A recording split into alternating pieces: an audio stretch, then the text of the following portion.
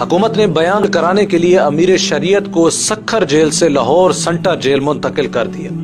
محترم ناظرین، پیشی کی تاریخ پر امیر شریعت اور ان کے قیدی رفقا کو سخت پہرہ عدالت میں لایا گیا۔ عدالتی ہرکارے نے آواز لگائی، سرکار بنام عطا اللہ شاہ بخاری۔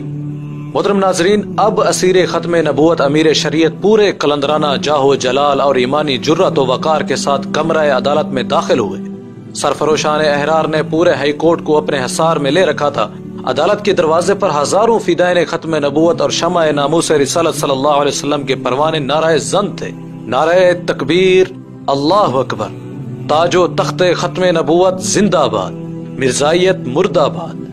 امیر شریعت نے عدالت کے دروازے پر کھڑے ہو کر ہتھکڑیاں فضا میں لہرائیں اور ہاتھ سے اشارہ کیا۔ حکم ہوا خاموش، تمام مجمع ساکت و جامد ہوا۔ امیر شریعت عدالت میں داخل ہو گئے۔ محترم ناظرین، جسٹس منیر بغض و حسد سے بھرا ہوا، غصے سے لال پیلا، گردن تنی ہوئی اور تکبر غرور کا پیکر بنا کرسی پر بیٹھا تھا۔ مرد مومن کے چہرے انور پر نگاہ پڑی تو اس کی آنکھیں جھک گئیں۔ جسٹس منیر دوسری مرتبہ آنکھ اٹھا کر دیکھنے کی ہمت نہ کر سکا۔ محترم ناظرین، عدالت کی کارروائی شروع ہوئی۔ امیر شریعت نے اپنا تحریری بیان عدالت میں پیش کیا۔ جسٹس منیر نے ایک نظر بیان کو دیکھا جسے اس نے منیر انکوائری رپورٹ میں شامل نہیں کیا، اور پھر اپنے مخصوص چبھتے ہوئے انداز میں سوالات کا آغاز کر دیا۔ خواتین و حضرات، جسٹس منیر نے سوال کیا، ہندوستان میں اس وقت کتنے مسلمان ہیں؟ امیر شریعت نے جواب دیا، سوال غیر متعلق ہے، مجھ سے پاکستان کے مسلمانوں کے بارے میں پوچھیں۔ جسٹس منیر نے تمسخر امیز لہجے میں، ہندوستان اور پاکستان میں جنگ چھڑ جائے تو ہندوستان کے مسلمانوں کو کیا کرنا چاہیے؟ امیر شریعت نے فرمایا، ہندوستان میں علماء موجود ہیں، وہ بتائیں گے۔ خواتین و حضرات، جسٹس منیر طنز کرتے ہوئے، آپ بتا دیں۔ امیر شریعت نے فرمایا، پاکستان کے بارے میں پوچھیں، یہاں کے مسلمانوں کو کیا کرنا چاہیے؟ جسٹس منیر نے سوال کیا، مسلمان کی کیا تعریف ہے؟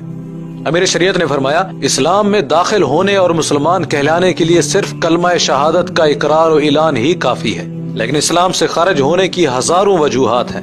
ضروریات دین میں کسی ایک کا انکار کفر کے ماں سوا کچھ نہیں۔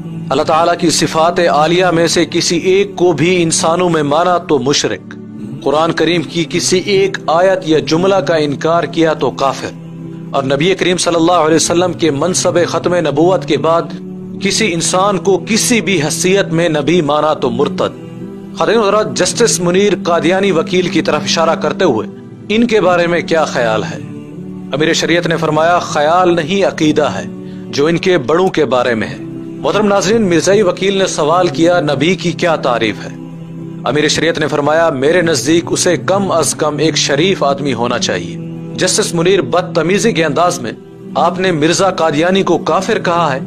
امیر شریعت نے فرمایا، میں اس سوال کا آرزو مند تھا۔ کوئی 20 برس پہلے کی بات ہے، یہی عدالت تھی جہاں آپ بیٹھے ہیں۔ یہاں chief justice mister justice Douglas Young تھے، اور جہاں مسٹر کیانی بیٹھے ہیں یہاں رائے بہادر جسٹس رام لال تھے۔ یہی سوال انہوں نے مجھ سے پوچھا تھا، وہی جواب آج دہراتا ہوں۔